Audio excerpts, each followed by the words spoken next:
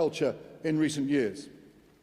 These include the Khalifa Review for UK FinTech, Lord Hill's UK Listing Review, the City Corporation's Vision for Economic Growth, the Mansion House Compact, the work of the Capital Markets Industry Task Force, and the financial services core of the UK's modern industrial strategy.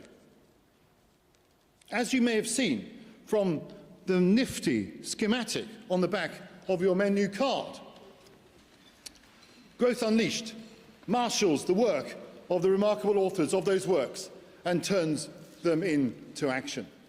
Under the central arrow, Mayoralty in Action, you can see the initiatives that we are pursuing during the course of this year, which point toward two key outcomes: increased jobs and growth, and better outcomes for long-term savers and pensioners. To take just one example, our scale-up showcases have given some of the country's best tech scale-ups seeking to raise between £5 and £30 million the opportunity to pitch directly to major domestic investors to help secure the capital that they need to scale, thrive and stay in Britain. These events have been enormously popular with British tech companies and also with potential investors alike. They have filled the gap as we urgently need to scale up the number of scale-up events that we have. We look forward to building on this to support the new FinTech scale-up unit within the PRA and the FCA. We will also partner with the British Business Bank and Innovate Finance, engaging industry groups across the United Kingdom to address the challenges British fintechs face in accessing capital. Of course, initiatives like our scale-up showcases are just one part of the jigsaw puzzle. I've been clear that if we are serious about achieving greater growth, increased private investment, economic and regulatory reform must be complemented by a reform of our mindset. Henry Kissinger frequently said that the pitfall that often besets a country or a sector is self-doubt. I have argued that the financial and professional services sector is the first place to find growth in our economy. The buildings are already built. The people are already trained. The regulatory system is developing rapidly to remain absolutely world-class. The missing ingredient, everybody, is confidence.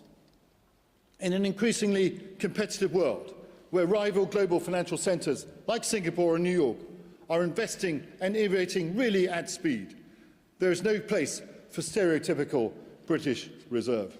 We have to go out and play to our strengths. We need to stop waiting for the opportunities to land in our laps. There needs to be a change of mindset in the sector to match the opportunities that exist in the world today. That is why this year I have badged myself as the city's cheerleader-in-chief, seeking to inject a bit more of the can-do spirit into how we talk and we think about the United Kingdom's financial and professional services sector. I've been jumping on planes, I've been banging on doors and selling our offer to the world. And I've been using my size 12s to encourage British business leaders to do the same. Because let's face it, companies have got to stop using regulation, actual or perceived, as an excuse for lack of action. It's the kind of positive spirit that even saw my beloved Tottenham Hotspur win their first European trophy in over 40 years. If they can do that, you can do anything. All of us in this room, government, regulators, industry, are on the same page about the pressing need for both regulatory and mindset reform. Without wishing to preempt you, Chancellor, I would like to congratulate you on the publication of the Leeds reforms, which build on your previous commitment to regulate for growth, not just for risk. Reintroducing informed risk-taking into the system to boost and grow and deliver better returns for the public. The City Corporation's 2023 roadmap, Vision for Economic Growth, called for the development of a long-term strategy for the financial and professional services sector to maximise its contribution to jobs and to growth. The government has delivered with a new 10-year plan for the sector, with a financial services growth and competitiveness strategy, which seeks to make the United Kingdom the #1 destination for financial services by 2035, and a Treasury-endorsed Financial Services Skills Compact. On behalf of the sector, thank you for heeding our calls. We look forward to working with you to ensure the strategy and the compact are successfully implemented. It is wonderful to see the machine cranking into gear after so many years of rumination and hesitation, much like Oasis getting back together. But now we need to go supersonic. Some might say. Come on, keep up, keep up, keep up, keep up. I got that joke anyway. Our pension system is a ticking time bomb. It could detonate within a generation. A baby born in the United Kingdom in 2025 has an average life expectancy of 82 years, over a decade longer than someone born in 1960. It is, of course, great news that we are living for longer, but that means our pensions have to stretch further too. Recent research found that an astonishing 2 in 5 workers are at risk of being unable to cover their basic needs in retirement. How do we remedy this situation? The answer is, of course, to ensure people's cash is working at maximum capacity. Estimates suggest that a 22-year-old new entrant into a default DC scheme with just a 5% allocation to unlisted equities could achieve a 7 to 12% increase in their total retirement savings. Building on the remarkable work of my predecessor, Sir Nicholas Lyons, through the Mansion House Compact, and complementing the government's wider pension reforms, the Mansion House Accord is a commitment of 17 of our largest workplace pension providers, representing 90% of the default DC universe, to allocate 10% of default DC funds to alternative investments by 2030. At least half of that will be invested here in the United Kingdom and the rest around the world. That is unlocking up to £100 billion of investment for major infrastructure projects, clean energy and exciting scale-ups. The Accord means that British pension savers will have a stake in our nation's growth, but it also has the added benefit of making these investments more attractive for international investors also. Potential international partners tell me that they want to invest in the United Kingdom, but with some honourable exceptions, many of whom are in this room, there is a lack of domestic equity providers in size to act as domestic lead investors into those infrastructure projects. The Accord helps to fill that need and also creates the opportunity for British pension funds and international investors to go hunting together for exciting investment opportunities in unlisted equities and other alternative asset classes across the world, as well as here in the United Kingdom. On the subject of which, I'd like to wish a warm welcome to perhaps my friend, His Excellency Khalid Al Falih, the Saudi Investment Minister. It's a joy to have you here, sir. Thank you. Thank you.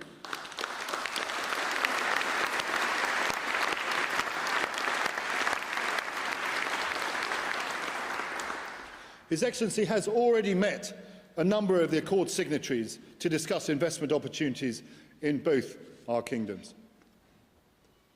When international investors do invest here in the United Kingdom, they will soon be supported by a new concierge service within the Office for Investment, a public-private partnership investment hub we recommended to government to unlock £10 billion in additional financial services investment by 2030. I would like to thank the Policy Chairman, Chris Hayward, for his leadership in driving the hub forward. I also look forward to the Chancellor announcing further details of this later on this evening. Our goal is to make the accord self-sustaining. The City Corporation and the Government can convene and encourage, but real reform must be owned and delivered by industry. We have today unveiled the Employer Pension Pledge, a voluntary commitment by employers to make a public vow to consider overall value for money rather than solely cost when reviewing or selecting pension providers. The pledge is a signal of leadership, acknowledging that the questions employers ask and the principles they apply shape the outcomes on which their employees will one day retire.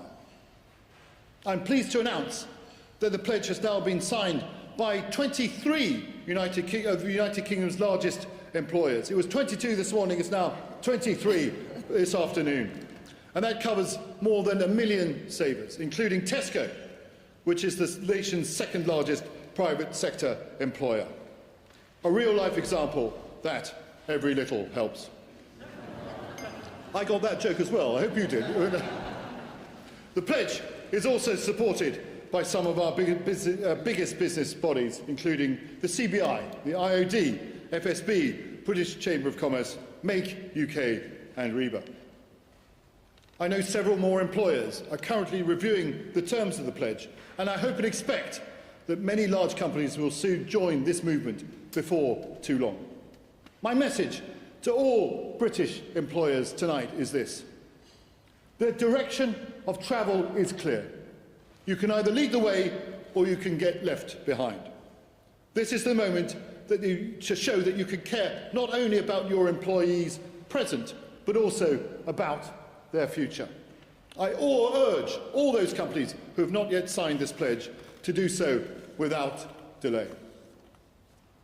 To support the Accord and the pledge, we also today are announcing the launch of a professional education plan, magnificently supported by the CISI, and Michael Colfontaine is here as the chair of that organisation. And it's backed by the Chartered Body Alliance, other leading professional bodies, and also by universities. The plan will give pension trustees, managers and policymakers throughout the pension value chain the tools and the confidence that they need to invest more productively. Wonderfully, these professional bodies have all committed to offer this training at cost for the benefit of the British economy. That is a real commitment from them, for which I am most grateful. The Accord, the Pledge and the Education Plan represent bold commitments from the financial industry to serve others before it serves itself. But we can go further to help British households secure their long-term financial future. We know that British savers have far less participation in capital markets than their international peers, with Britons currently holding £280 billion in accounts earning no interest at all. So, Chancellor, I welcome your intention to create a new retail investment culture here in the United Kingdom, with the announcement of a new industry-led campaign to give working people the information and support that they need to start investing in stocks and shares to grow their savings once again.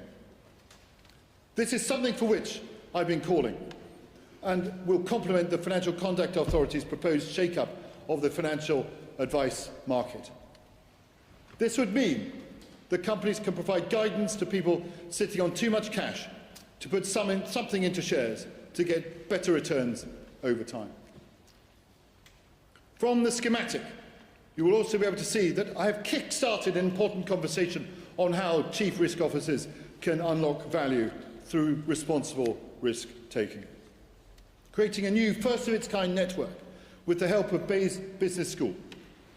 It will bring together CROs from across the country to share insights, to build community, and also to help shape the future of risk leadership here in the United Kingdom. This network will encourage firms to take additional, calculated, sensible risk. This complements our wider work on a report from A&O Shearman called Regulating for Growth, which outlines the steps that we can take to enable a more responsible risk-taking atmosphere across the economy. I would like to thank the government for taking action on our recommendation on consumer duty and on wholesale firms, with a view to boosting competitiveness and also streamlining regulatory requirements, a clear signal of a new approach to risk. As the global ambassador, not just for London and the South East, but the entirety of the United Kingdom's financial and professional services sector, I want to see investment flowing into all parts of the country. An example is that we are working with Scottish Financial Enterprise to showcase investment opportunities in major Scottish growth sectors to around 150 investors from around the world at our Scottish Investment Summit in October.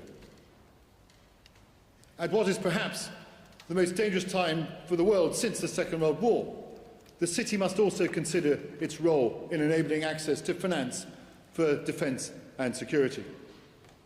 During the rest of my mayoralty, we will have programmes focused on how the City can bolster the United Kingdom's defence and resilience and how we can invest into those sectors.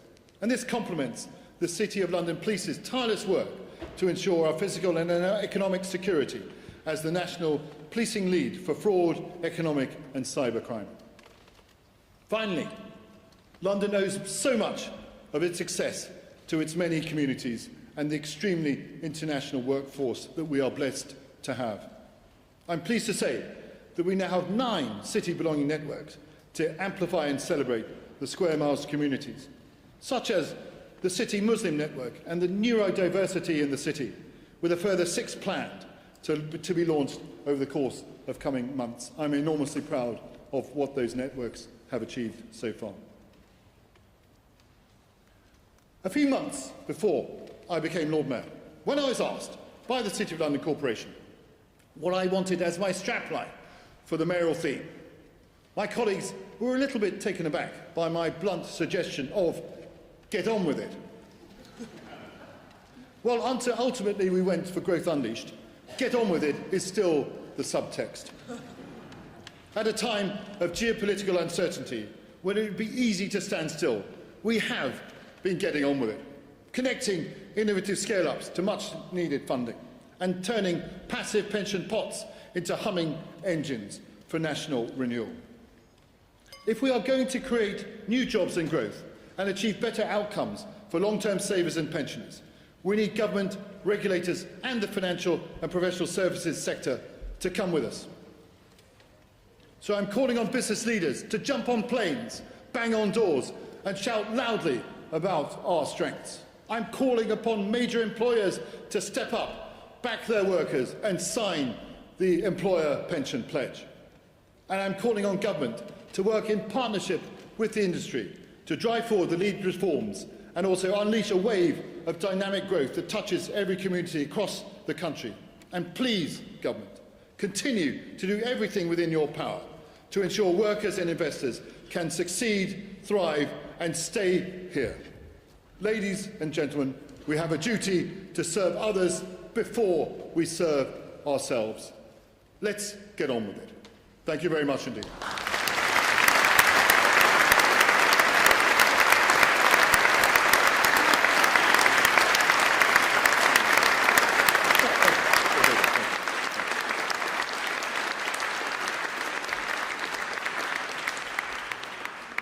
Ladies and gentlemen, I have one last request, and that is, could I please ask you all to rise if you are able and join me in a toast.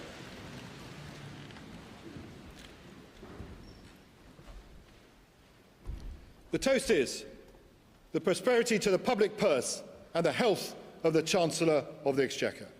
The Chancellor.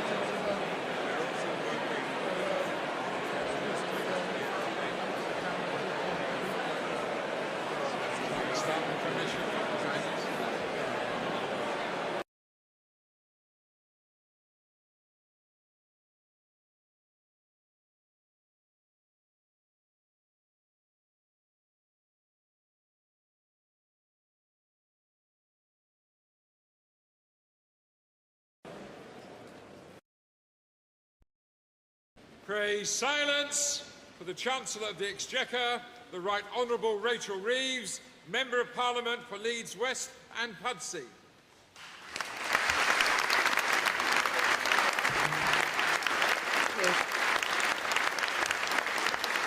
Thank you. Lord Mayor, Governor, ladies and gentlemen, my thanks to the City of London Corporation for hosting us here this evening, and to the Lord Mayor for his address, as well as to the Economic Secretary to the Treasury for all of her hard work. It is a year now since my party was elected to office, and a year since I was appointed as Chancellor of the Exchequer. Recently, on a visit to a primary school, a young girl said to me, "If you could have any job in the world, what would it be?" Now, given the events of the last few weeks, I suspect many of you would have sympathised if I had said anything but the Chancellor, but I didn't, because I am proud to stand here tonight and address you for a second time at Mansion House as the Chancellor of the Exchequer.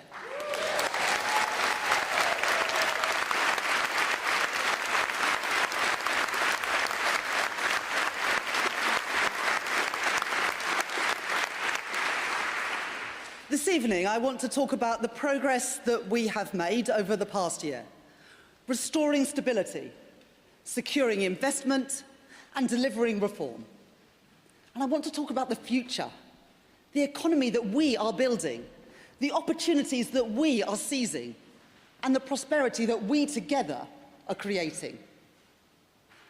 In my May's lecture last year, I talked about how a resilient economy must be built on security. And the importance of that security has been brought into sharp focus in recent months. As the world changes before our eyes and global economies are becoming more uncertain, the job of a responsible government is not just to watch that change. We must step up, not step back.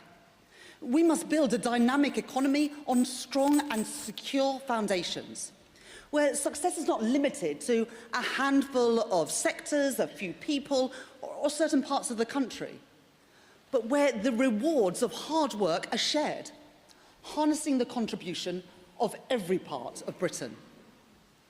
This is the foundation of an economy and a country that is more active and more confident, where people and business look to the future and talk about hope, talk about opportunity, assured of their own capability and the ability of our country to boldly face the challenges ahead, and certain in the prize when they succeed,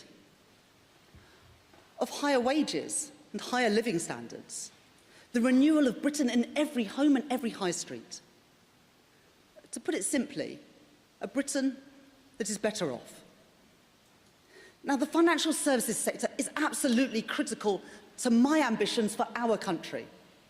It is one of the largest and most successful sectors in the UK, worth around 10% of total economic output, and supporting 1.2 million jobs in clusters right around the UK.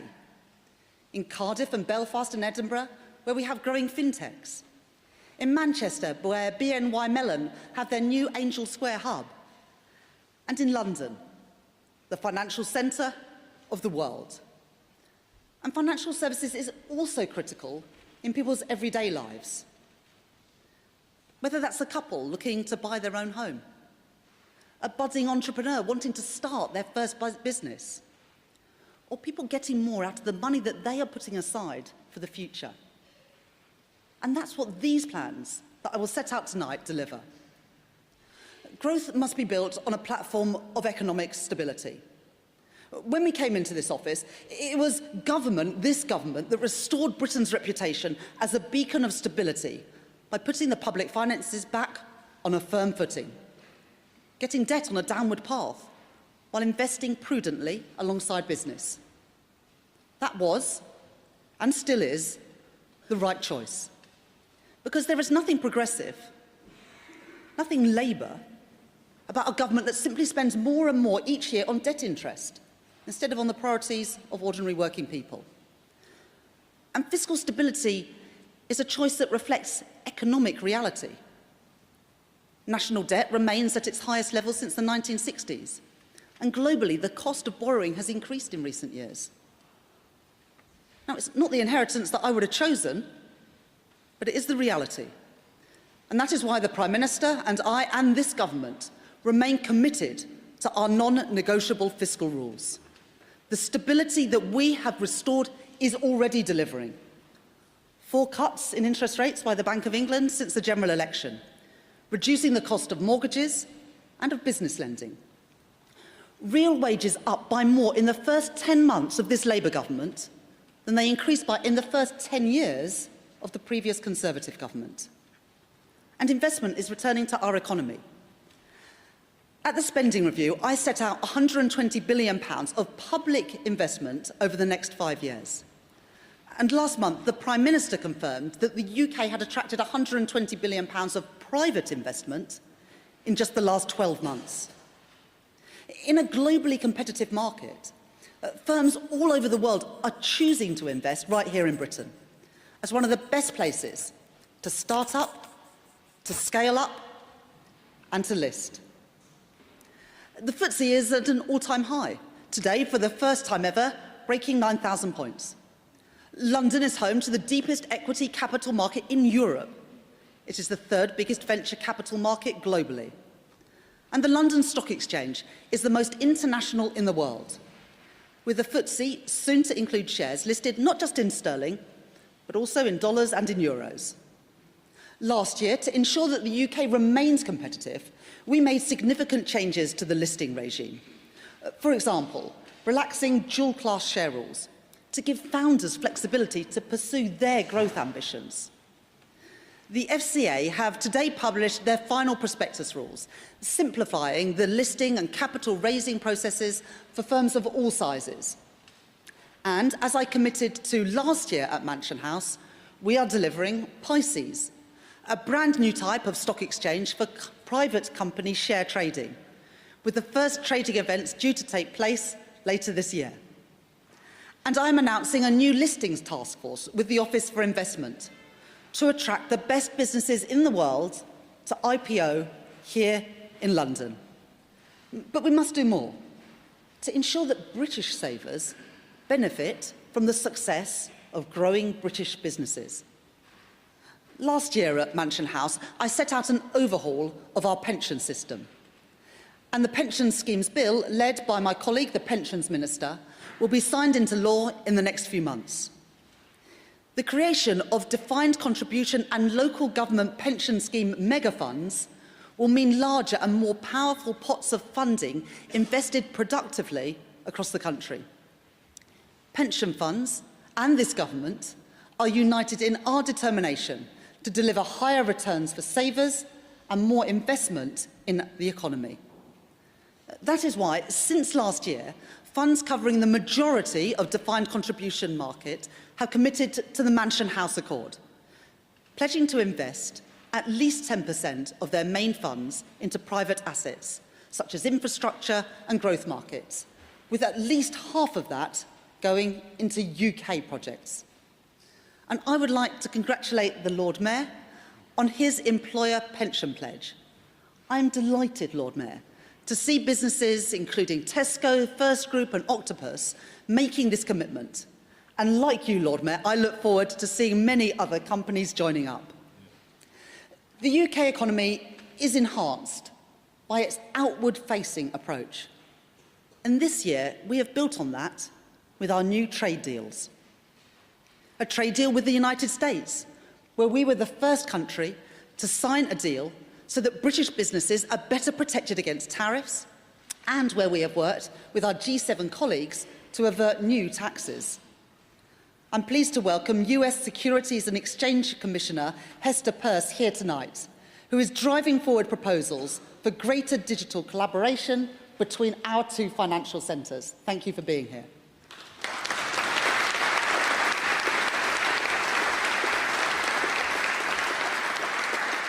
And a trade deal with the European Union, where our strategic partnership will slash red tape and reduce costs for business, as well as providing a platform to further deepen our relationship in future. And I'm pleased to welcome the European Union's Financial Services Commissioner, Maria-Louise Albuquerque.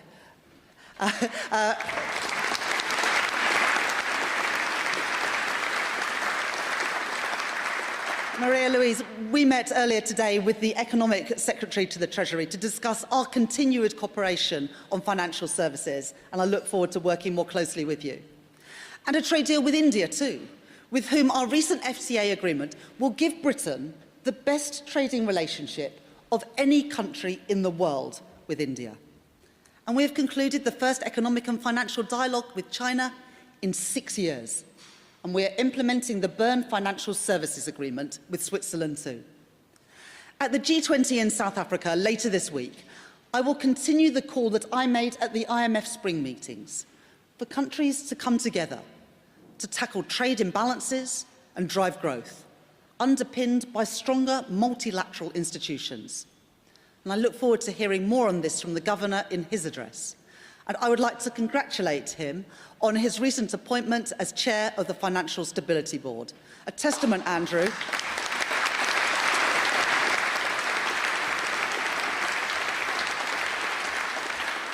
a testament to both Andrew's commitment and this government's commitment to international standards. Britain is open for business, open for trade, and open for investment. And that's why we must be willing to change how we do things to stay competitive in the global economy. We have ripped up the planning rules, we've swept away regulations, and we have published our industrial strategy. And today we can go further by announcing the Financial Services Growth and Competitiveness Strategy, including my Leeds reforms, named after one of the UK's great hubs for financial services, and the city that I have been proud to represent as a Member of Parliament for the last 15 years. These are the most wide-ranging package of reforms to financial services regulation in more than a decade. At Mansion House last year, I said that we must regulate for growth, not just for risk. We're delivering today on that commitment, while continuing to protect financial stability, so that the benefits of a thriving, growing financial services sector can be realised for people all over Britain. Let me set out the details of that package in 4 parts. First, I am rolling back regulation that has gone too far in seeking to eliminate risk. Second, I am delivering targeted changes in the areas where the UK already has particular strengths. Third, I am making changes to capital requirements to unlock more productive capital. And fourth, I am introducing measures to boost retail investment so that more savers can reap the benefits of UK economic success. I will begin with the biggest reforms. As I promised last year, I am delivering the most significant reform to the Financial Ombudsman Service since its inception, including proposals to limit for 10 years for claims. This will speed up the time it takes for consumers to get redress for their complaints, returning it to its original purpose as a simple, impartial arbitration service, and ensuring that it no longer acts as a quasi-regulator.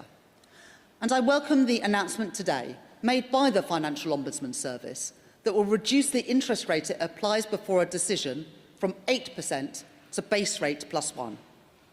I am introducing new targets for the FCA and the PRA to cut times on authorisations and approvals. And I have tasked the FCA with assessing the impact of the consumer duty and whether it unduly affects wholesale activity to ensure that regulators are really regulating for growth. And I'm streamlining the senior managers and certification regime, reducing the burdens it imposes on firms by 50% and slashing approval timelines so you can bring in talent to your business more quickly. My next set of reforms provide targeted regulatory support for the areas where the UK does already have a comparative advantage.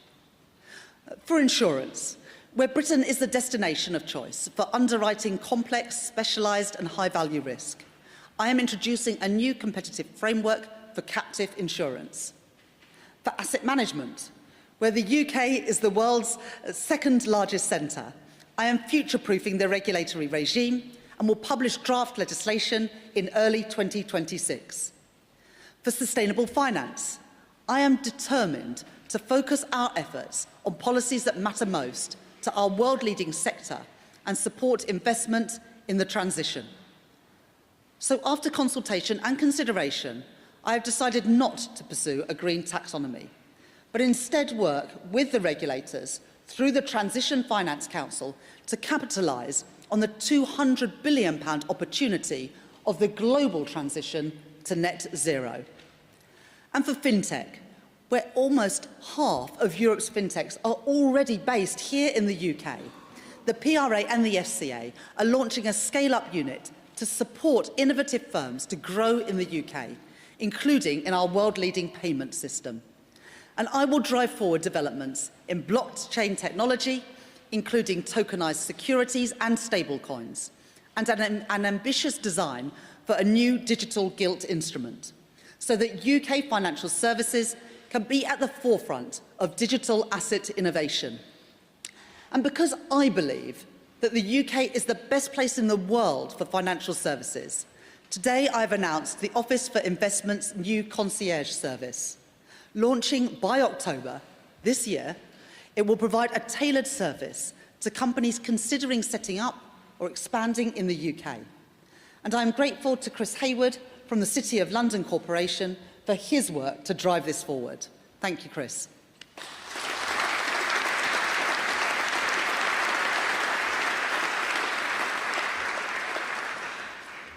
Now let me turn to the changes I'm making to capital requirements, to allow UK banks to do more lending and release more capital for investment into our infrastructure and into our businesses. First, I am supporting the Bank of England's decision to raise the asset threshold for MREL requirements to between £25 and £40 billion. This will benefit the challenger banks and bring increased competition and innovation to the market, and support those businesses to expand their footprint here in the UK.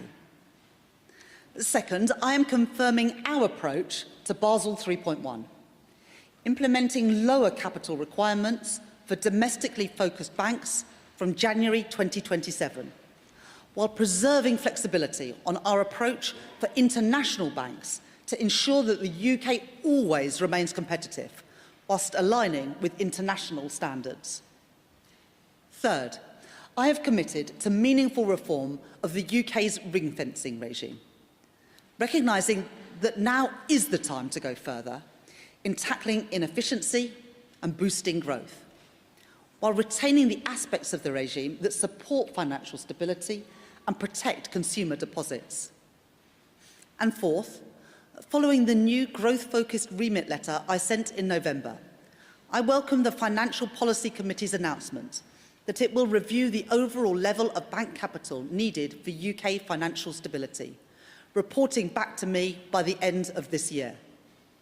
The review will inform the work that the Treasury is taking forward with the bank to ensure the prudential framework strikes the optimal balance to deliver resilience, growth and competitiveness. And I welcome the recent changes the Financial Policy Committee has announced to the loan-to-income limit on mortgage lending, which the PRA and FCA are implementing immediately. That means tens of thousands more people could be able to get a mortgage in the next year alone, with Nationwide already offering its Helping Hand mortgage to more first-time buyers, supporting alone an additional 10,000 each year. And my thanks to Dame Debbie Crosbie for her leadership. Thank you, Debbie.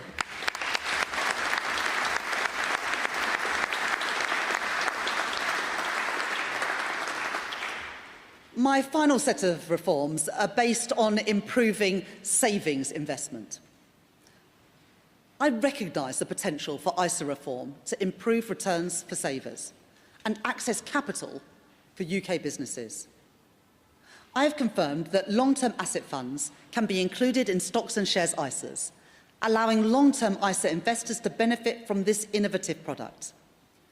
And I will continue to consider further changes to ISAs, engaging widely in the coming months, and recognising that despite the differing views on the right approach, we are united in wanting better outcomes for both UK savers and the UK economy.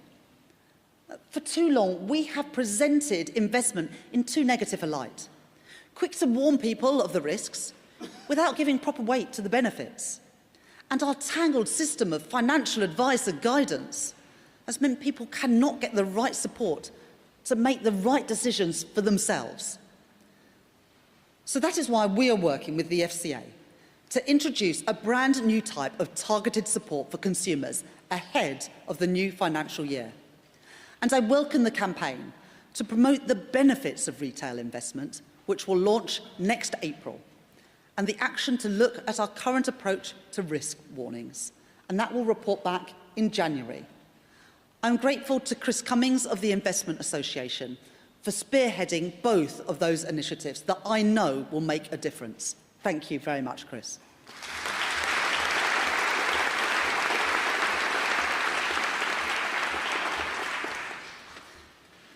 Today, I have placed financial services at the heart of this government's growth mission, recognising that Britain cannot succeed and meet its growth ambitions without a financial sector that is fighting fit and thriving. The reforms that I have set out this evening are the next chapter in how I intend to support this growth. And I thank Gwyneth Nurse and her brilliant team at the Treasury for all of their hard work on this package. Thank you, Gwyneth.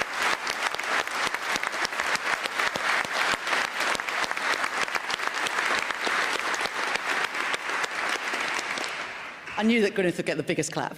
I am also pleased to have been able to work in lockstep with our regulators. And I want to extend my thanks both to Nikhil Rathi and Sam Woods for their innovation and the work that they have done in response to my updated remit letters last year. Thank you, Nikhil, and thank you, Sam.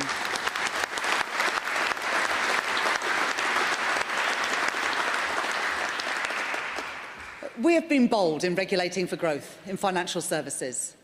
And I have been clear on the benefits that that will drive, with a ripple effect felt right across all sectors of our economy, putting pounds in the pockets of working people, getting better deals on their mortgages, better returns on their savings, and more jobs paying good wages in all parts of our country. As I look ahead, it is clear that there is more that we must do. In too many areas, regulation still acts as a boot on the neck of businesses, choking off the enterprise and innovation that is the lifeblood of economic growth. Regulators in other sectors must take up the call that I make this evening, not to bend to the temptation of excessive caution, but to boldly regulate for growth, in the service of prosperity for our whole country. I'm really proud of how far we have come in the last year as a government and as a country. I know that the changes that we have made will reform and transform our economy and our country. And I know that you will waste no time in seizing the opportunities that lie ahead, to build a stronger economy, to deliver the renewal of Britain, and to make working people in all parts of Britain better off. Thank you very much.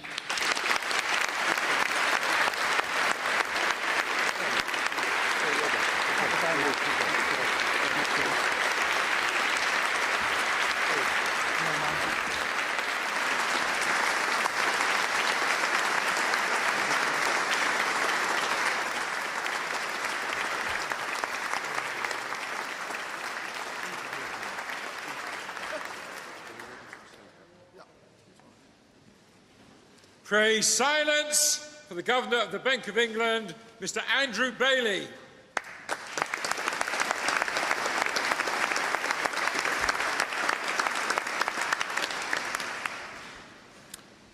Lord Mayor, Lady Mayoress, Chancellor, ladies and gentlemen. Well, Lord Mayor, thank you for inviting us back for a second time and your mayoralty. I think we warned you on the first event that we would be back, and you were facing the consequences of last year's timetable. But of course, it really falls into the category in reality of things that are just too good to be true. So reality has caught up this evening, and here are the Chancellor and I back again. So I'm going to use, as the Chancellor mentioned, I'm going to use my time, well, I'm actually going to use my time to tackle two subjects. Now, I'm probably breaking a rule of good speech making because, to be honest with you, there isn't much of a connection between the two subjects. I'm not going to overdo that. But I will say they are both highly topical, they're both highly relevant, and that's my justification. So the first, as the Chancellor mentioned, is big picture. It's the world economic situation and the need to refocus and restore multilateral institutions. The second concerns payments here in the UK. Now, I'm going to give you a bit of a spoiler or perhaps a relief alert. The first is considerably longer than the second. You will be pleased to hear, particularly when I get to the end of the first and you say, just how long is he going to go on for? So, to say that the state of the global economy and the impact of tariff announcements is in the news and significant is an understatement, of course. The shifts that we've witnessed, and indeed continue to witness, mark a generational change in the system of trade amongst nations. They're not the first such shifts, but they are the most sudden and fundamental, certainly in the post-Second World War era. Recent events have exposed fault lines in the multilateral system of relations between nations, and that, of course, includes very much in the global trading system. And a perceived failure to deal with what is seen as persistent global imbalances. So what do I mean by the multilateral system? Well, it's the economic assessment and governance that comes from two areas. First, multilateral institutions. The IMF, the World Bank, OECD, World Trade Organization, and as the Chancellor mentioned, because I chair it to recognise it, also the Financial Stability Board.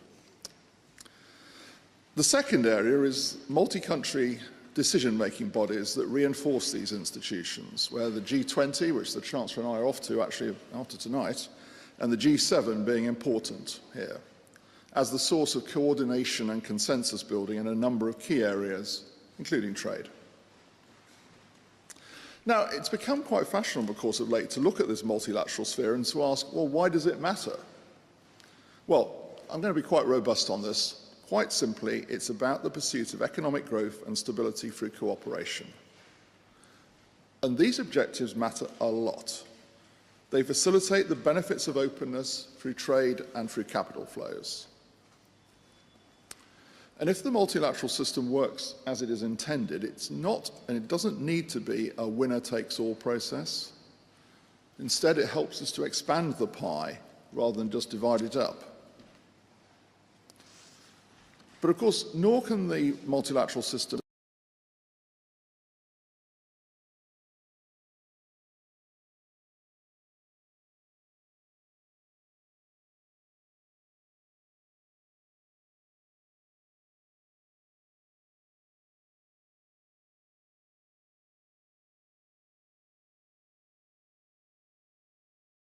Now, as you'll probably appreciate, there's a lot of judgment around words like persistence and unsustainable. And views will, of course, and do differ very markedly on this point, or these points. And of course, it's not any old imbalance that's a problem. I think that's a very important point to make. Imbalances in the world economy are an inherent part of the system. In the short term, they reflect differences in national productivity and income. In the longer term, they reflect the fact that countries are at different stages of their economic development. Some are catching up, others are relatively slowing compared to the later developers. Persistent imbalances, though, are associated with misallocated resources and can motivate responses which can weigh against global growth. And over time, they can lead to financial stress. Now, if this global system is working efficiently, over time, these imbalances ought to self-correct. back to levels that are warranted by longer-term fundamentals in the countries involved. So you may well ask, well, what are those fundamentals? Well, an important part, one very important part of it is that in part of the world, there are, including this country, there are populations that are on average ageing and will, I'm afraid, on average, continue to do so. And of course, there's another part of the world where that is not the case. Now, this will influence imbalances. Ageing tends to change the pattern of saving behaviour. And external current accounts are equal to saving minus investment in an economy. So that matters. It matters a lot. So when we talk about excessive imbalances, we're looking for the evidence that that self-correction is not happening in the sort of timely, orderly and manner that it should be expected to do. And of course, then we look and say, well, if that's the case, why is it happening and what conclusions should we draw from that and what should we do about it? And I want to argue tonight that a key part of drawing those conclusions is that they really must be done at the multilateral level. If it's only done at the national level, we will get less good policy making. Now, I'm going to illustrate this with two contemporary, and I think probably the most obvious cases, China and the USA. They're obvious in a sense because between them they account for about 40% of the world's current account imbalances, so it's an obvious place to look. So let me start very briefly with China. China's current account surplus is at present 2.3% of its national GDP and about 0.4% of the world's GDP. That's according to the IMF's data. It appears that the surplus primarily reflects the weakness of domestic consumption in China, which in turn reflects an investment and export-led growth strategy and weaker social safety nets domestically. Now, normally, as households' accumulated precautionary savings rise and productive investment opportunities decline, the national saving rate would fall. But as Chinese incomes have increased, the self-correction mechanism has been weaker because the domestic incentives to save appear to have remained much stronger. So let me turn to the US. The US current account deficit is at present 3.9% of its national GDP and about 1% of global GDP. At the macroeconomic level, it appears to reflect strong private consumption and a large fiscal deficit. So why has the self-correction mechanism not operated in the US? Well, I would put forward two reasons for that, and they're both important. The first of it is that on the face of it, the US economy looks like a success story. It's had stronger productivity and economic growth in recent times. That's reflected in particular the success of its technology sector, and it's maintained industrial leadership in key growth sectors. And the consequence of that is that domestic wealth has risen, foreign capital has flowed into the US, and that's allowed it to run an external deficit, reducing that downward pressure on domestic demand that would be there otherwise. Now, the second reason is that people outside the US have been willing to take on its obligations. They've bought its assets. The auto-correction element points to limits to that willingness to take on those obligations. But those limits tend to be higher, less constraining, that is, when we're talking about the world's leading reserve currency. And this is what we've seen happen. Now, I'm not going to talk about reserve currency status this evening, beyond underlining that what I've just said does illustrate the benefits of it in economic terms. It's what Valéry Giscard d'Estaing famously described as the exorbitant privilege. Now, there may therefore be good reasons why the self-correction mechanism on external imbalances are not working particularly powerfully. Indeed, I would also note that the imbalances today are actually not that particularly large by historical standards. But before coming on to suggest some changes to the multilateral processes, I want to draw out a number of what I think are key points from this picture. First, the underlying drivers of these imbalances are domestic macroeconomic policies. Trade policies and industrial policies can, and indeed have, reinforced or sometimes frustrated the macroeconomic picture in countries. So they are highly relevant. But I do think they need to be seen within the context of this macroeconomic story. And that's essentially what the founders of the IMF said when they drew up the IMF's articles at Bretton Woods. Second, and I'm going to say this in a spirit of very constructive challenge and engagement, what I regard as the best sense of multilateralism, I think the US does need to explain how it can regard its internal imbalance as sustainable and its external imbalance as not so. It's a friendly challenge. And how does it envisage the internal balance responding to an adjustment of the external balance flowing from tariffs taking effect? Again, a friendly challenge in the best sense. And China needs to explain how it will tackle its persistently weak domestic consumption. Again, a friendly challenge. Third, the adjustment process is challenging. There are times when it has had to happen, but those have not always been easy. Why is that? Well, deficit countries have historically faced far more pressure to correct excess current account balances than surplus countries. And this correction typically takes the form of financial market pressure for deficit countries. And that financial market pressure point could be relevant, even though we're talking here about the reserve currency. It's very hard to judge the limits of sustainability, and of course we've seen market disturbances in recent times, in recent months. So we do have to be on high alert to the financial stability risks, something that I can assure you both the Bank of England and the Financial Stability Board are following, and a few others too. Surplus countries don't face that same financing pressure. The pressure to adjust, as we are seeing today, can come more through threats of tariffs and trade barriers. But increasing tariffs creates the risk of fragmenting the world economy and reducing activity. We can go back to Adam Smith and his contemporaries for the insight that trade expands activity. So there is a common interest globally in tackling excess imbalances before dangerous levels of trade restrictions come into play, and before we face the prospect of difficult adjustment and volatility and financial instability. And I would contend that this is where the multilateral system comes into play. Now, the IMF doesn't have policy levers in its possession directly to address global imbalances, but it has got a crucial role to play in facilitating globally beneficial adjustment through its surveillance. It plays a central role in casting a very rigorous and independent eye over the economic and financial systems of individual countries and the world as a whole, and providing timely warnings where problems are being stored up for the future, and giving its members sound advice on how to mitigate risks.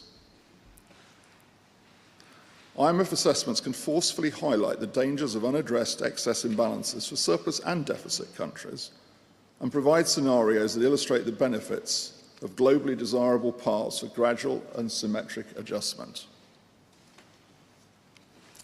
And with the support of its membership, the World Trade Organization can help to reduce tensions around imbalances by rebuilding confidence in a rules-based trading system, including around the issue of non-market policies, and particularly where they may be exacerbating excess imbalances. So the WTO can help to achieve agreement amongst its members on the global rules of the road and how they should be adhered to. So I'm going to set out 4 proposals which are very deliberately quite modest, but just a starting point for reform in the multilateral system. There could be more ambitious reforms, but I think we have to start by getting the foundations repaired. My first is that I think the IMF should strengthen its assessment of the implications of excess imbalances, with greater focus on spillovers and greater depth of trade analysis. My second is that IMF advice that comes out of this assessment should have greater prominence and some more, frankly, bite by increasing the emphasis on imbalances in Article 4 reports. My third is that the IMF should collaborate with the World Trade Organization, combining the macroeconomic expertise of the IMF and the WTO's insights into the most challenging aspects of trade discussions to provide a more nuanced assessment of the global trading system and to enhance the traction of its messaging on industrial policies. My fourth is that the IMF should be creative in deploying its convening power to help coordinate members around a set of mutually agreed policies which can mitigate risks associated with excess imbalances. Now, I said they were modest proposals, but I do not underestimate the challenges here. But I do agree with Secretary Bessent that getting the basics right here matters, and this is where the focus needs to be now.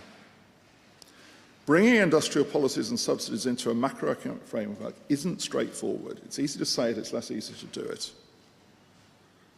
But I think we have to ask that question, and I think the IMF can answer it and build on good work being done in other parts of the world. Similarly, I think capturing the nature and extent of international spillovers from domestic policies is not easy. It's not at all easy. But again, it's what we must do. Another important element of this approach must be to assess the potential for and consequences of imbalances unwinding sharply, with implications for global financial stability. And at the FSB, we look forward to working with the IMF, as we do, on financial surveillance, and particularly on developing system-wide approaches to testing and monitoring, such as the Bank of England did last year with its system-wide exploratory scenario. Now, to do this, quite frankly, the multilateral system has to have influence and bite. Let's be honest. Ruthless truth-telling doesn't win popularity contests. There is a risk of organ rejection. But we need to allow the international institutions to be assertive and consistent in calling out unsustainable situations and practices. It's critical for the reputation and legitimacy of the institutions. Many observers of the international political system have said that so-called Westphalian states don't naturally embrace strong multilateral institutions and advice unless they're in a crisis. They tend to get there only when they get to crisis. And this question of how to reconcile an open world economy with national interests is old as the hills, frankly. The rules of the process, though, I think do have to be accepted. And I'll be frank, the imposition of rules by one player, however dominant, isn't a recipe for sustained stability. And let me finish on this by saying it helps to remember that the key challenge we all face, as the Chancellor said, is to increase growth here in the world economy, to grow the pie, to support living standards for all the people that we serve all of the time. It's as simple as that. So, Lord Mayor, as I said, I can promise the second part of my remarks is very brief by comparison. It's about payments here in the UK. There are real opportunities to harness the potential of digital technology for retail payments, both domestically and cross-border. If we do, we can lower transaction costs, we can reduce fraud, we can improve the functionality of payments. It can make a real difference. In the last few months at the bank, we've successfully introduced the new real-time gross settlement platform, which underpins settlement of wholesale and retail payments in this country. This change offers great opportunities for innovation across the landscape of payments, and I want to give a big congratulations to my colleague Victoria Cleland and everyone involved in doing this. There is more to...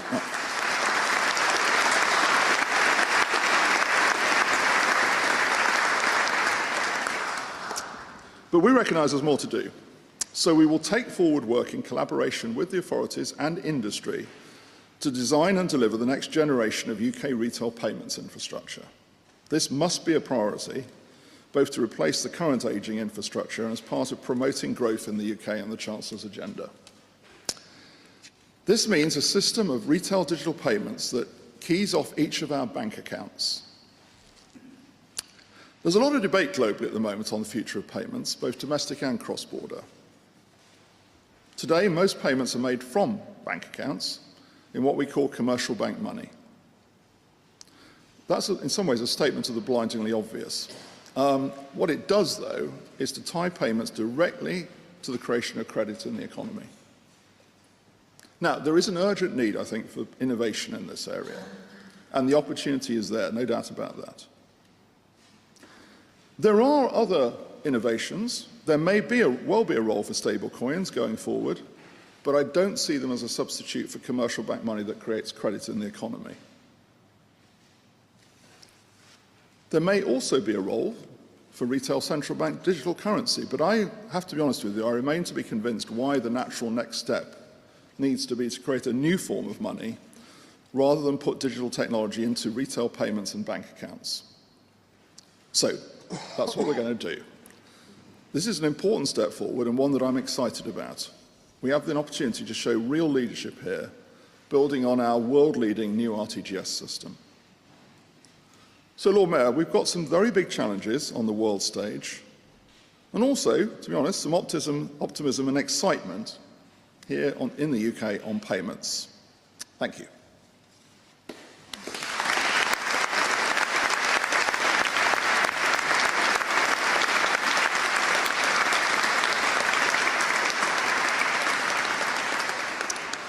So it's now my duty, and actually and my pleasure as well, I should say, to propose a toast to the Lord Mayor and the Lady Mayoress.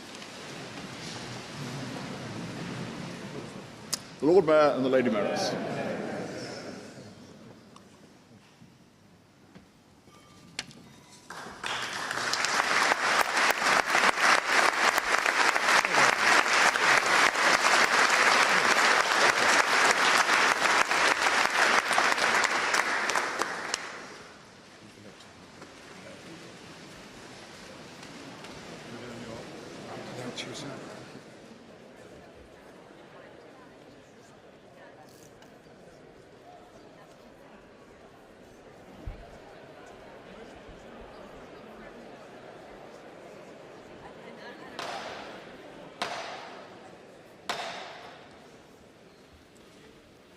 Pray silence for the Right Honourable the Lord Mayor.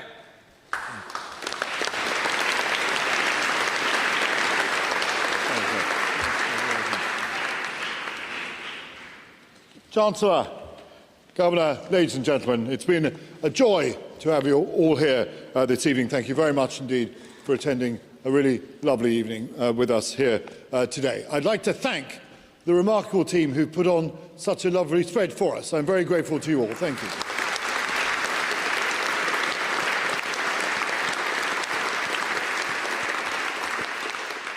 Could I thank you, Chancellor, plus also you, Governor, for your excellent speeches. Thank you very much indeed for doing that. Could I leave you with a couple of thoughts? A, jump on planes, bang on doors. Is that clear? You got that? Fantastic. B, sign the employer pension pledge. Have you got that one as well? Thank you very much indeed. Please do that. Last thing from me, though, is it's an informal exit from the tables here today. We have pudding and some drinks straight through. Do enjoy those. Do come and have another conversation with us all. And we can further some of the conversations during the course of this evening. And I will just leave you with one last thing, and that is, further to my point earlier, that anything is possible. If Noel and Liam Gallagher can get back together, we can do anything. Thank you very much indeed. Thank you. Lord Mayor, I'm just going to have to wait for the media.